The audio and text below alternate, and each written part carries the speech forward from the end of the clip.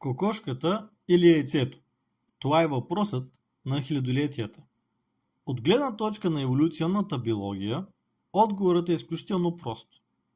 Разбира се, кокошката се излюпва от яйце.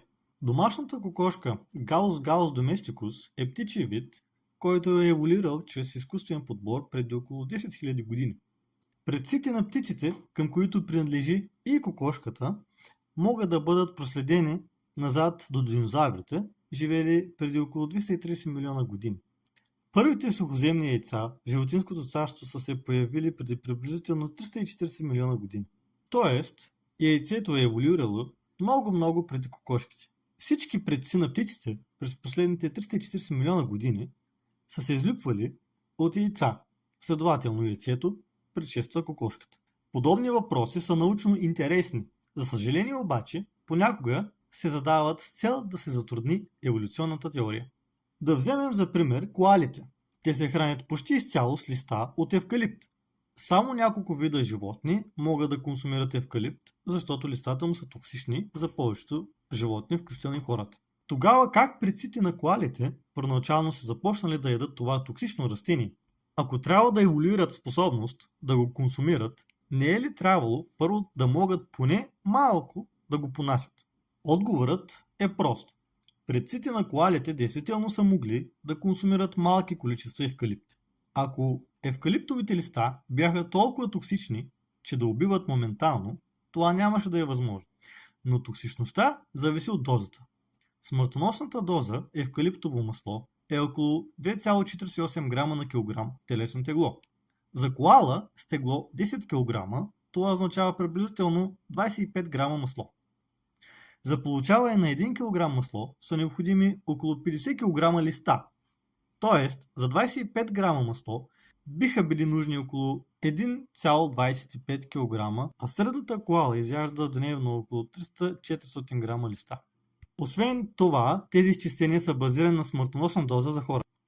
Тревопасните животни обикновено понасят по-високи нива на растителни токсини. Следователно, предците на коалите вероятно са изпитвали неразположение, гадене, отпадналост, стомашен дискомфорт, но не са умирали мигновенно. Това е позволило постепенно и кумулативно естественият подбор да благоприятства индивиди с по-висока устойчивост. След като една популация започне да използва хранителен ресурс, който почти никой друг начин не използва, тя получава огромно еволюционно предимство, почти без конкуренция. Понякога еволюцията включва и така наречената екзаптация, предадаптация, когато дадена структура е възникнала по една причина, но по-късно придобива нова функция. Класически пример са перата на тераподните динозаври, предците на птиците. Те вероятно първоначално са еволюирали за терморегулация, а по-късно са позволили полета. В случая с коалите не е задължително да има такава предадаптация. Достатъчна е била постепенна адаптация към поносими дози. Да се върнем към въпроса за кокошката и яйцето. Първата кокошка излюпила ли се е от кокоше яйце или от яйце на нейн предшественик? Еволюционните биолози са установили, че протеинът OV17 е характерен за образуване на кокошето яйце. Този протеин принадлежи към група C-тип лектиноподобни протеини, които участват в свързването на калций и формиране на черупка. Генетична мутация в предците е довела до варианта на този протеин, характерен за съвременната кокошка. Но тази мутация се е появила в яйце, снесено от птица, която почти е била кокошка. Но не съвсем. Един междинен предшественик.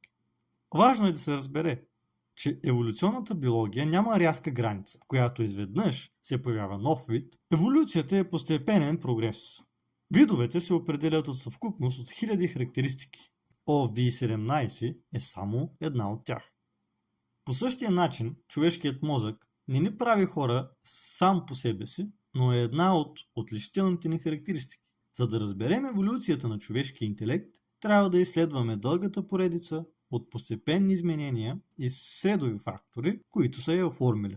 Когато се сблъскате с привидно невъзможен еволюционен въпрос, първо помнете, че еволюцията протича в огромни времеви мащаби.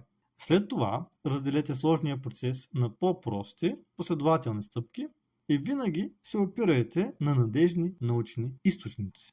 Много от въпросите, които изглеждат като фатални проблеми за еволюцията, са били подробно изследвани от десетилетия и са добре описани в научната литература. Ако ви е харесало това видео, моля натиснете бутона харесвам